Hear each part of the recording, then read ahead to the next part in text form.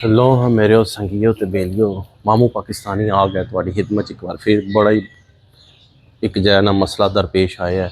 बड़ा इंपोर्टेंट और ख़ास काम है देखने तुसी के राय देंदे हो सारे दोस्त भा के कमेंट्स करते हो। पहले तो तबीयत मेरी बड़ी बाजार हो गई, 2 दिन हो गए, खांसी जुकाम नज़ला लगे है तो बाकी दवाई शी लै रहे हैं, दुआ करो अल्लाह पाक सेहत देवे। तो मेन जो पॉइंट है ना संगियो, मेरा मोटरसाइकिल तुम देखी ही होएगा ऑलरेडी। तो सरकार मेरे मोटरसाइकिल की हालत बड़ी खराब हो गई, बच्चों ने टापे तरोड़ छटे। तो तुहानू मैं दिखाना ए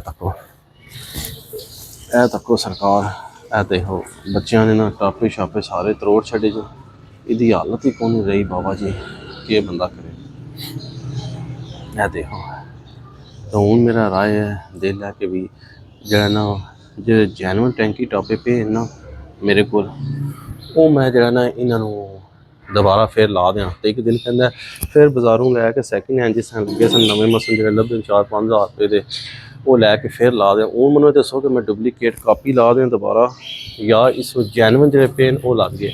सारे दोस्त भरा मशा दो राय दो तो लव हो गया दुआव याद रखो। हम पाकिस्तान में जल्दी जल्दी कमेंट्स करो कि भी के करिए, बड़ी परेशानी और मसला बने, ट्रैजिडी बनी है। लव हो गया अता करो मेरा मोटरसाइकिल फिर नहीं आना मामू पाकिस्तानी दसिया नहीं तो जल्दी जल्दी अपनी कीमती जरा ना राय दो कि असी जरा ना इहदा हल कड्ढने तो फिर तुहानू दसने नवा इनू तैयार करके कि कैसी रंगत रूप निकलती है इंशाअल्लाह ताला। लव यू हो गया।